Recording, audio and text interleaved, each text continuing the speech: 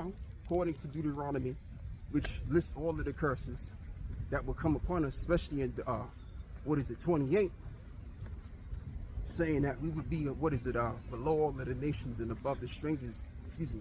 The strangers would get up above us very high. We would come down very low. So in that lower estate, we would find the name. The Lord would give us his name. So when you got others saying, oh, well, we don't know if we have the name,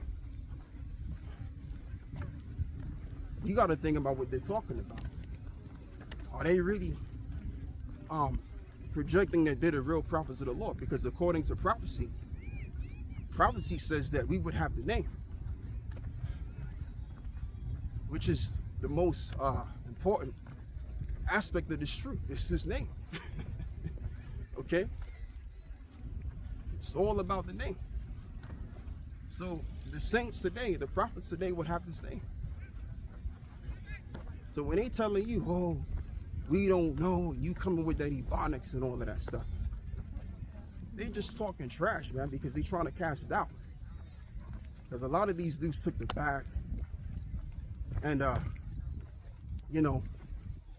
money got them comfortable, driving nice cars, living large on the hill.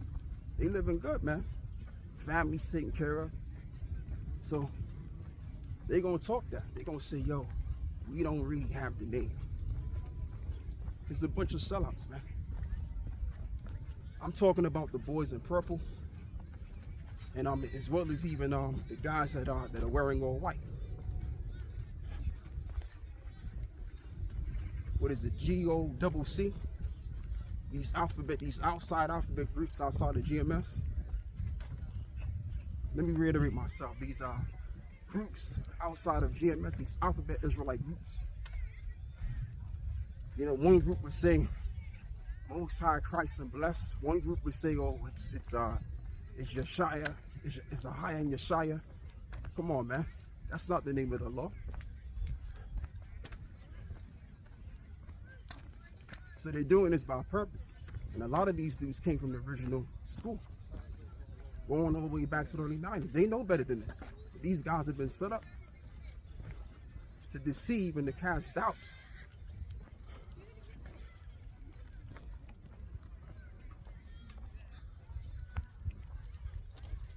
So let's go back to the scriptures now.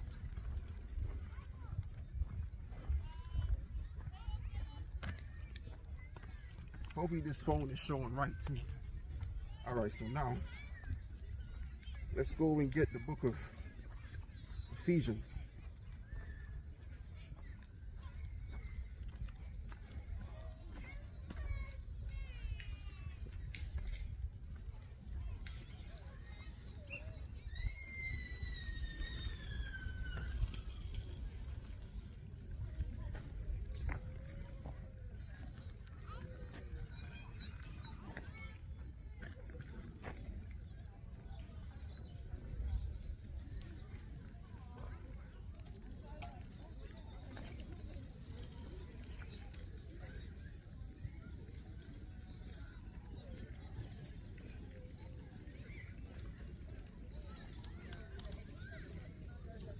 Let's get something else. Excuse me. All right, so now, yeah, this is the one right here, Psalms 9. And let me see what I can do. Let's go with it instead.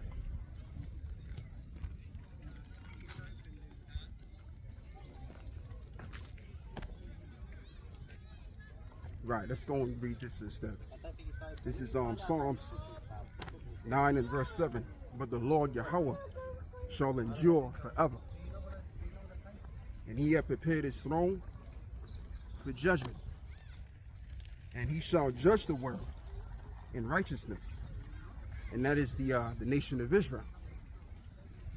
That is the world. Now, when you read John 3 and 16, a lot of people get that wrong, man, because they don't know the the Greek word for that. And the word is unclement. Excuse me, not unclement, cosmos. Cosmos is referring to an arrangement of stars. Now, doesn't it say in the Old Testament all around that the Lord likens his people to the stars of heaven. So the arrangement of stars in this case, to make sense of it, would be referring to the elect, which are separate from the rest of the other stars, which represents the house of Israel. All right, that's the best way you could break it down. So the cosmos that it's talking about is the Israelites, the elect of Israel. That's the world in that case. And what is it, John 3:16? So now, excuse me, with this phone, man. Trying to get this right to the best of my ability as I'm walking. Yeah, so let's read this again. And he shall judge the world in righteousness, and he shall minister judgment to the people of uprightness. And the Lord Yahweh also will be a refuge. Here's the point. The Lord Yahweh will be a refuge for the oppressed. A refuge for, excuse me. Let me read this once again. And he shall judge the world in righteousness, and he shall minister the judgment to the people in uprightness. And the Lord Yahweh will be a refuge for the oppressed, a refuge in the time of trouble. Okay? So Yahweh, through his son Yahawashi, is going to what? Be sent to deliver Jacob in the time of Jacob's trouble. Doesn't it say in the book of Daniel 12? We go and get this scripture all the time. Excuse me. We go and get this precept all the time. And it says that the time is going to come so bad since there was a nation that was placed upon the earth. And in that same time, will there be deliverance? And who will be delivered? The Israelites. Those that are under the covenant. Abraham, Isaac, and Jacob, which is explained in the Old Testament and as well as the New Testament. You know, as much as the Christians want to say differently, how, oh yeah, well, it's referring to all people because of the Gentile situation. Well, when you understand something and the true, because you got scholars, man, amongst these Christians that really know the deal. They know the truth. And what they very well know is that the Gentiles that Paul went to were Israelites. So this whole entire gospel, from start to finish, from the Old to the New Testament, was referring to Israel all along, which is our ancestors. Okay? So when Yahawashi comes back, he's coming after those that are under the covenant. That was the whole purpose of the Lord down on the cross, so that we can be grafted back into him. The Lord never died for everybody, man. Where's that in the scriptures? But as the time progresses, everyone's finding that out. Little by little, people are finding this truth out, man. Okay? And this is why people ain't really taking too much lightly to these churches anymore. Because what's going on is that the Israelites are stirring the pot. And this truth is really setting things right, putting everything in perspective. Even though these other guys go off like GOCC, ISUBK, all of these other guys, man, the boys in purple, IUIC, and guess what? They out there and they're projecting and promoting this truth. And now you got IUIC, they're actually global now. It started with GMS. GMS were the first camp to go global. Now IUIC is global. So all of these guys, man, they going global. This truth is going global. Okay, so in that being said, everyone now knows what's really going on out in these streets. You know what I mean? Everyone knows the deal about what we do. I remember when I first came in this thing, man, and knowing if you to have known about the Israelites, you would have to have been a part of or have known someone that has the truth, or let's just say it this way, because it was hard to find When I came in this thing years ago, this thing wasn't like the way it was. I remember there was a time when you only had a very few members in Great Millstone. There wasn't much members in Great Millstone. You had to go do some searching to find this truth. It wasn't easily accessible as it is now. Okay? Everywhere you went, you saw them brothers with the robes on. You didn't see it. That wasn't going on when I was coming in this thing. Okay? You got certain brothers that came in this thing around 2005, 2007 when the apostles went on the YouTube. Okay? Man, it was hard to find out. So right now, we live in a different time where this truth has consumed the whole planet. So now what can most people really say about it? I remember there was a time when people would post comments on the comment board talking all kind of shenanigans against the doctrine and against us personally. But you know what? We don't see that too tough anymore. Why? Because this truth is making sense now to a lot of people's heads. So the thing of it is, we're the Israelites, man. And all of them Gentiles that Paul was dealing with, talking to, they were all Israelites, man.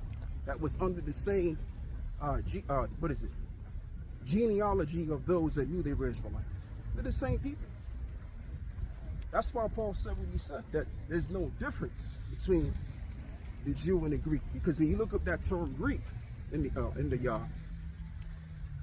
dictionary, the Bible dictionary, the Zondervan Bible dictionary, which I think is hard to get now, actually tells you that these were Greeks that spoke. These were Greek-speaking Jews. That's what it says. All right. So the Greeks that he was really dealing with were the Israelites, our ancestors. That's all it was. But what made them different is the fact that they didn't know the philosophy of our people that knew they were Israelites.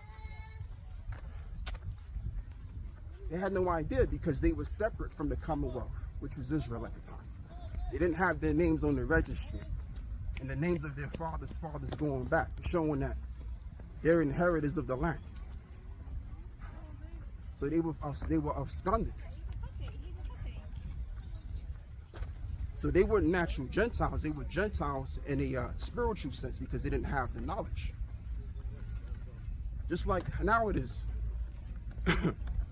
You got Jake in America calling themselves American. You got Jake in England calling themselves English or British. They don't know they're Israelites, so it's the same thing going on right now. And then you got the ones of us that is saying that we are the Israelites. It's the same thing going on. It's the same thing going, man. It's no different.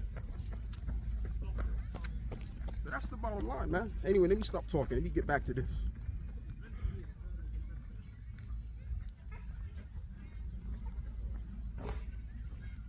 So it reads, the Lord Yahweh also would be a refuge in the day of trouble. And like I mentioned, the day of trouble is right around the fucking corner. It's right around the corner. You can feel it in the air. We're at the end of this thing. There's no more morals anymore. The people.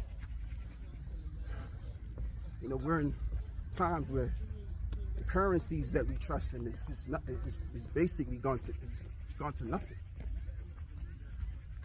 All right. Once upon a time, it was comfortable. Now it's like you got to work extra hard just to stay afloat out here, man. So things ain't what it used to be. Going back to the times of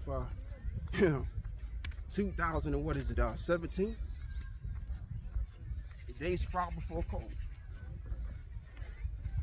It's not the same anymore, man. You got a whole lot of people, and I mean rightfully so, complaining about what's going on with society right now. People are losing their minds, man. Okay? So what does that tell you about this current day world that we have to deal with every day? It's coming apart. The bricks of this system is crumbling apart. Little and little is decaying now. We're transitioning to another world. We're not talking about the world of the World Economic Forum, what they're saying. We're talking about the world that Yahawashi is zealous to establish. We're talking about the kingdom of